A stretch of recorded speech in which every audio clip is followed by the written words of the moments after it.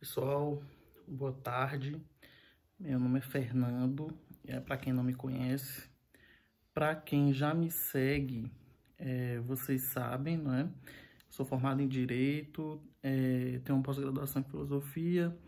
Eu produzo alguns conteúdos nas redes sociais, tá? Comecei ano passado a fazer um conteúdo aqui no YouTube, mas tive que parar. E eu tenho um livro também escrito, que está em um processo de edição ainda. Vou lançar em breve. Eu estou fazendo esse vídeo porque eu comecei a produzir um conteúdo ano passado e parei. Algumas pessoas, não muitas pessoas, tá? Meu canal, meu conteúdo ainda é pequeno e tal. Não muitas pessoas me seguem, me seguiram. Mas algumas que me seguiram me perguntaram por que eu parei e tal. Então, eu vim fazer esse vídeo para falar sobre isso. E aproveitei, assim, para fazer um vídeo que é quase uma confissão pessoal, tá? Eu passei por um processo de depressão ano passado. Hoje eu tô bem, graças a Deus. Para mim, na minha opinião, isso tem algumas causas espirituais. E eu vim aqui explicar para vocês, tá? Eu tive três assim, experiências místicas na minha vida. Foram coisas que aconteceram comigo, mais ou menos uns 10 anos entre uma e outra, e eu interpreto como experiências místicas, espirituais. E eu aproveitei, a última experiência foi bem assim, impactante, e acabou que essa experiência, né, depois dessa experiência, eu desenvolvi esse processo de depressão, que me fez rever uma série de coisas que eu estava fazendo, levando na minha vida. Pois bem, a primeira experiência mística eu tive foi mais ou menos assim com 11, 12 ou 13 anos. Eu não lembro exatamente a idade, mas foi assim no início da adolescência, né? É um momento assim que a gente fica meio rebelde. E o que foi que aconteceu? Eu tive uma briga com a minha mãe, eu não lembro exatamente o motivo da briga. Eu só me lembro assim que durante a discussão eu chamei ela de bruxa. Alguma coisa me fez assim, eu falei assim, alguma coisa soprou no meu ouvido e falou assim, e eu soltei assim isso do nada. Eu chamei ela, disse assim, ela, bruxa, sua bruxa. E aí ela chorou. Ela ficou chateada, a gente estava discutindo e tal, ela ficou magoada. E aí chorou e tal, e eu fiquei assim, não pedi, acho que na hora eu não tinha pedido desculpas. Eu só sei que a minha família inteira ficou contra mim. Normal, né? Um filho assim, xingar a mãe e tal. E aí eu só lembro que ela chorou, começou a dizer que eu era ingrato, que não sei o quê. E ela foi pro quarto dela. E aí eu olhei assim pro meu pai, assim, fez aquela cara assim sabe, não sei se não é desprezo, mas aquela cara assim de quem tá, não concorda, né? De quem discorda daquilo que você fez. E eu olhei para os meus dois irmãos também, e meus dois irmãos fizeram a mesma expressão. Então assim, eu me senti muito sozinho naquela hora. E aí eu também fui pro quarto chorar. Eu fui pro quarto, parecia assim que a minha família inteira tinha virado as costas para mim. E aí eu fui pro quarto, sentei assim na minha cama e comecei a chorar. E aí eu só lembro que nesse momento, assim, eu vi uma luz. Uma luz, assim, apareceu no canto do quarto. E aí eu me senti, assim, acolhido, como se alguém tivesse me pegado no colo. E falou pra mim, né? E alguém falou, assim, pra mim. Não é com palavras, né? Acho que quem já passou por esse tipo de experiência sabe que tudo isso acontece na mente da gente, né? A luz a gente vê, não é com os olhos físicos, mas com o olho da mente. Depois eu posso até explicar mais sobre isso. Mas aí eu lembro que ele falou assim, por que você tá chorando? Eu não te abandonei, eu tô aqui, né? Como se alguém tivesse pegado no colo. E aí eu lembrei de Jesus. Na época, a primeira coisa que me veio à cabeça é Jesus. E aí na hora, assim, a minha tristeza foi embora. Acho que a pessoa falou assim, levanta a cabeça, eu estou com você, eu estou contigo. Você está, né? Tipo, Deus, eu não te abandonei. E aí eu passou a tristeza, eu parei de chorar. E aí eu levantei a cabeça e saí do quarto e fui tomar uma água e tal. A minha família ficou assim, com aquela cara assim de quem não tá entendendo nada. E eu também simplesmente fiz assim, ok, passou. E pronto, não teve mais nada, tá? De lá pra cá, acho que aí eu comecei a ter um interesse maior por questões assim, espirituais. Eu fui batizado na igreja católica, mas a minha mãe, ela é espírita, né? E assim, eu frequentei desde criança o centro espírita, e aí eu comecei a frequentar o grupo de jovens. Eu frequentei na época de infância, né, o grupo de evangelização que fala. E depois disso, eu passei a frequentar o grupo de jovens. E aí, meu interesse assim por espiritualidade aumentou e tal. Enfim, isso aconteceu. Aí eu passei, né, durante a adolescência, fiz vestibular, entrei na faculdade. Quando eu entrei na faculdade, eu meio que parei de estudar sobre espiritismo e sobre espiritualidade em geral. É um momento, assim, a faculdade, principalmente assim, na UFBA, em Direito, eu fiz... Era uma faculdade muito... Quem fez a faculdade sabe, né? As universidades públicas, especialmente as federais, são bem, assim... são bem comunistas mesmo. E agnósticas. O, o pensamento dominante na faculdade é muito agnóstico, né? Ele é muito... principalmente em ciências humanas, e também eu não sei como é nas ciências exatas, naturais, deve ser ainda mais. Mas nas ciências humanas, principalmente, né, a forma de pensamento é muito agnóstica. E aí eu meio que me desinteressei também por religião e por tudo isso, né? Pois bem, aí passou vários tempos, eu estava recém-formado, procurando emprego, estava em São Paulo, na casa de parentes, né? Estava na casa do meu padrinho, da minha tia. E eu estava procurando emprego e estava com uma certa dificuldade, né, de achar emprego e tal. E aí, num dia assim qualquer, eu lembro que eu tinha almoçado. E aí e de repente bateu assim, eu fiquei com um sono, mas não é sono. Eu entrei em transe, na verdade. O que foi que aconteceu? A gente parece que vai desmaiar. E aí eu corri e fui pro quarto e deitei assim de barriga para cima, porque parecia que alguma coisa estava me empurrando pro chão. Senão eu ia cair no chão ali. E aí, na hora que eu deitei, eu recebi a mensagem. Eu vi uma mulher, né, também com a mente, né, nada disso é com o olho, né, nada disso é com a visão, assim. Eu vi uma mulher vestida de branco, assim, loira, com cabelos trançados, assim. Aí ela perguntou assim, você tá me vendo? Aí eu disse, tô te vendo. E ela perguntou, você confia em mim?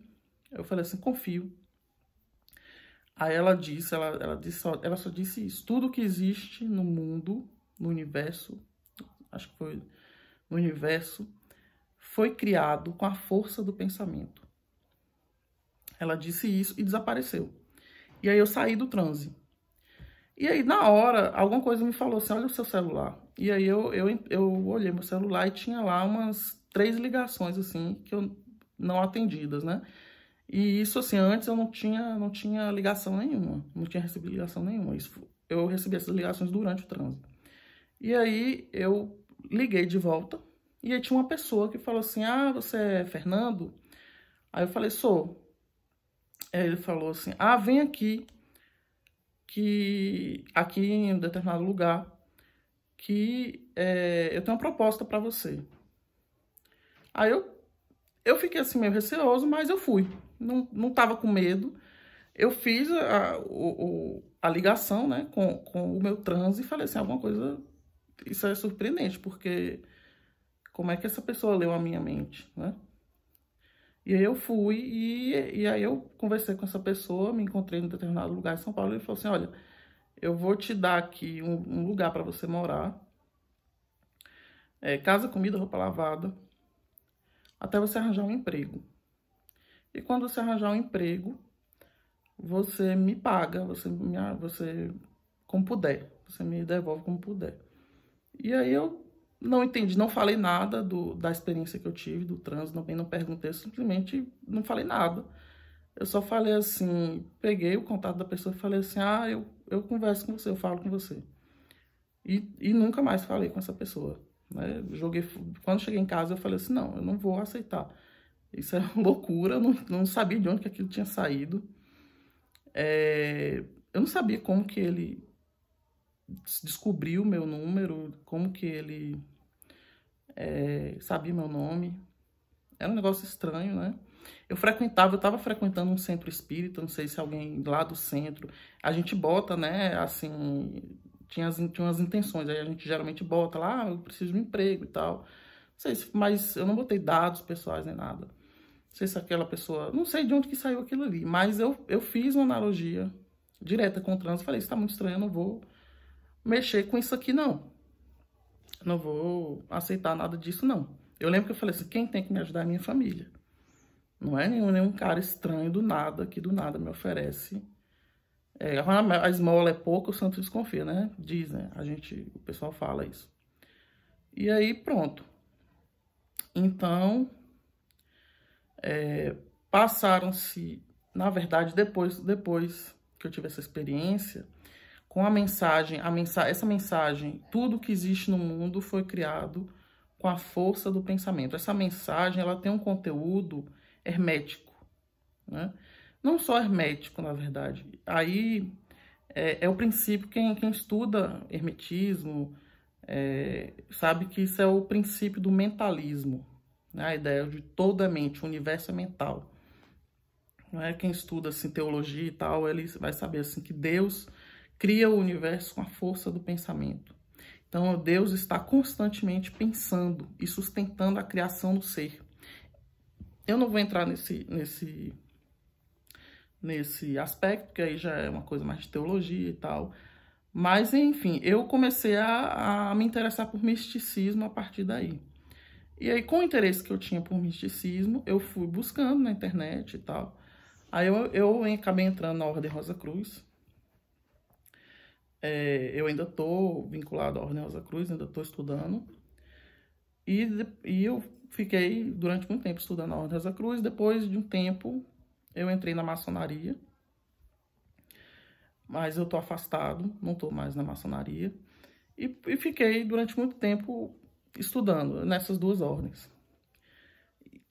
De uns 3 ou 4 anos para cá, eu me senti um pouco, eu resolvi mudar de caminho, né? Eu sentia que essas duas ordens, a maçonaria e a Rosa Cruz, não estava mais, digamos, era um caminho que eu tentei buscar coisas, digamos, mais fortes, digamos assim. E aí eu acabei me afastando da Ordem Rosa Cruz, da maçonaria, saí mesmo. E fui buscar um outro sistema de misticismo chamado magia do caos.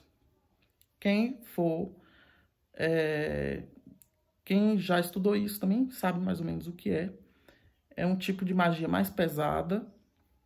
É um tipo de magia que é considerada de mão esquerda, né? Ou pejorativamente magia negra mesmo. E aí eu comecei a estudar e experimentar e trabalhar nesse sistema. E pronto, e eu fui levando isso. Nesse meio tempo eu me inspirei, eu escrevi meu livro. E, enfim, eu fui levando isso. Não vou entrar aqui em detalhes, mas eu fui levando isso e finalmente eu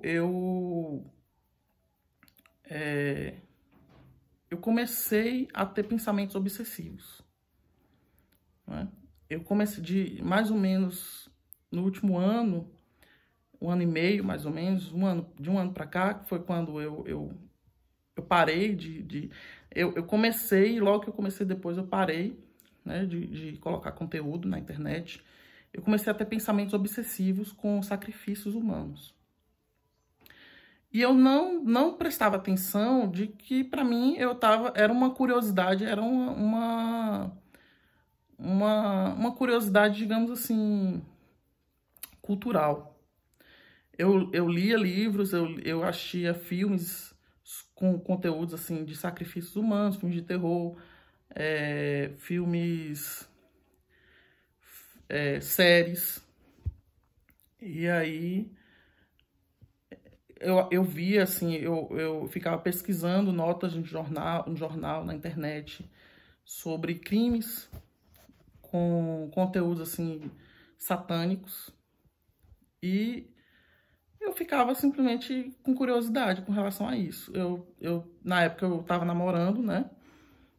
E aí o meu namorado falou assim, nossa, ele até se assustou. Ele falou assim, você tá mexendo demais com essas coisas, melhor parar de ler sobre isso, tá muito estranho. E eu falei assim, não, é porque eu vou botar isso no meu próximo livro. Eu tinha acabado de escrever, estava editando o livro, falei assim, meu próximo livro, eu acho que eu vou falar sobre isso. Mas era uma coisa estranha, assim, que eu não estava percebendo que realmente estava ficando com pensamentos obsessivos. E aí, durante a terapia, eu faço terapia, tem mais ou menos 5 anos que eu faço terapia. E aí, o terapeuta falou, Fernando, preste atenção nesses pensamentos. O próprio terapeuta também estranhou essas coisas, assim, que eu estava pensando. E aí, de repente, isso foi numa quarta-feira, quando foi de um sábado para um domingo, na verdade foi de um domingo para um sábado, aí uma voz entrou na minha cabeça e começou a falar sobre isso, entendeu? E começou a conversar comigo sobre isso. Então ele estava exigindo um sacrifício. Então ele estava exigindo que eu matasse alguém. E aí aquilo, eu não consegui dormir. Na verdade, aquilo entrava na minha cabeça e eu só sabia falar assim, não, eu não vou matar ninguém. Eu aceito Jesus. Porque quem estuda teologia sabe que eram feitos sacrifícios, né, antes da vinda de Cristo. Eram feitos sacrifícios. Né, as religiões todas tinham rituais, cultos de sacrifícios. Eram feitos principalmente sacrifícios com animais. Mas alguns povos faziam também sacrifícios humanos. E isso é um padrão, digamos assim, do pensamento humano. Por quê? Qual é a lógica? A lógica, eu não quero entrar muito nesse assunto, mas qual é a lógica? A lógica é a seguinte, se você pede algo a Deus, você tem que dar algo em troca. Esse algo em troca é o sacrifício, que vem de sacro ofício, de trabalho sagrado, ofício sagrado. Então você dá alguma coisa, geralmente você dá uma oferta, você faz uma oferta. E aí você dá um pedaço da sua colheita, você dá um animal do seu rebanho, ou então você dá uma pessoa pertencente à sua tribo, né? E eles faziam. Só que quando Jesus veio, o sangue de Jesus, o sacrifício de Jesus era suficiente. Entendeu? Então, assim, Jesus vem e abole isso. Não é? Porque Deus encarnou. Então, Deus se deu em sacrifício. Então, uma vez que Deus se deu em sacrifício, nenhum outro sacrifício é necessário. Porque nenhum outro sacrifício vai chegar a esse ponto, né? Então, quando aquilo entrou na minha cabeça e eu comecei a dialogar com essa voz, a única coisa que eu pensava era isso, era em Jesus. Eu me agarrava e falava assim, não, eu aceito Jesus, eu aceito Jesus. Eu não vou matar ninguém, eu não vou fazer nenhum sacrifício. E a voz conversava comigo, então ele falava coisas assim. Eu não vou entrar em detalhes. Eu não sei nem como eu estou conseguindo falar sobre isso, porque há algum tempo atrás eu não conseguiria de jeito nenhum falar sobre isso. Mas aí eu só sei que quando foi na segunda-feira de madrugada, assim, de manhã, Eu não tinha dormido, então eu fui para uma igreja católica. E eu falei, não, eu vou me confessar. Porque além também de estar mexendo com magia negra, eu também tinha me envolvido com coisas, com drogas, eu tinha me envolvido com prostituição. Então eu tinha me envolvido com coisas pesadas também, mesmo namorando e tal. Então, eu fui me confessar, eu achava que eu tinha que me confessar e pedir perdão. E aí eu fui e falei, contei tudo. Eu tava chorando, contei tudo. Eu lembro até que não era dia de confissão, mas eu falei, olha, eu tô sendo obsediado, o demônio tá aqui do meu lado. E e tá conversando comigo, e eu, se não confessar, se eu não sair, ele não vai embora. E aí eu fui, o padre aceitou a minha confissão, eu comunguei, e depois disso a voz saiu. A voz saiu, eu nunca mais conversei com ela, nem nada, né? Também comecei a seguir um caminho diferente do que eu estava. Também procurei ajuda psiquiátrica e tô tomando remédio. E também continuei com a terapia e tal. Enfim, na verdade, e qual é a lição que eu tenho para tudo isso? Eu saí de Salvador, onde eu morava, voltei para o interior para ficar mais perto da família. E qual é a minha interpretação sobre tudo isso? Eu posso dizer, assim, que minha primeira experiência, quando eu era criança, eu acredito que foi um contato com o Espírito Santo. Porque o que acontece? As experiências místicas e psiquiátricas, elas são, digamos assim, se você for perguntar para um psiquiatra, ele vai dizer, isso é coisa da tua cabeça, não sei o quê. Enfim, eu conversei isso com o psicólogo e tal, falei que eu achava que eu estava conversando com o meu anjo da guarda e tal. Ele falava assim, é a sua interpretação. Essa é a sua interpretação. E aí, foi isso. Só que, assim, o limiar entre a loucura e a normalidade, né? Ele é o quê? Ele é quando você descontextualiza as suas experiências, né? Então, assim, todas as minhas experiências, ela tem um contexto, né? Então, por exemplo, a primeira experiência, eu acredito que foi um contato com o Espírito Santo. Alguns dizem até o batismo no Espírito Santo, né? Que quando uma pessoa tem esse contato. Que é o quê? É quando o Espírito Santo te acolhe. Eu lembrava muito daquela história na Bíblia de Jacó, a escada de Jacó, né? Que Jacó foi muito parecido, né? Jacó ele saiu assim de casa, né? Ele acabou brigando com o irmão, ele roubou a herança do irmão, e aí ele saiu de casa, e aí ele dormiu assim ao relento, e ele teve a visão de uma escada onde os anjos subiam e desciam. É a mesma coisa, a ideia é como se Deus estivesse falando, olha, eu estou aqui do seu lado, eu estou aqui com você. Então isso é a ação do Espírito Santo, né? A segunda experiência que eu tive, a imagem daquela mulher e tal, algumas pessoas ainda me falam que aquilo ali foi uma tentação do demônio, né? Que o demônio aparece geralmente sob a forma de uma mulher, a primeira vez quando ele aparece. Algumas pessoas, né, têm essas experiências, Santo Agostinho teve essa experiência. Só que assim, a sensação que eu tive foi muito diferente dessa última que eu tive. Então eu acho que eu tive contato com o meu anjo da guarda, que ele apareceu sob a forma dessa moça, dessa mulher. Entendeu? Então, assim, foi uma mensagem verdadeira, né? E foi uma experiência boa.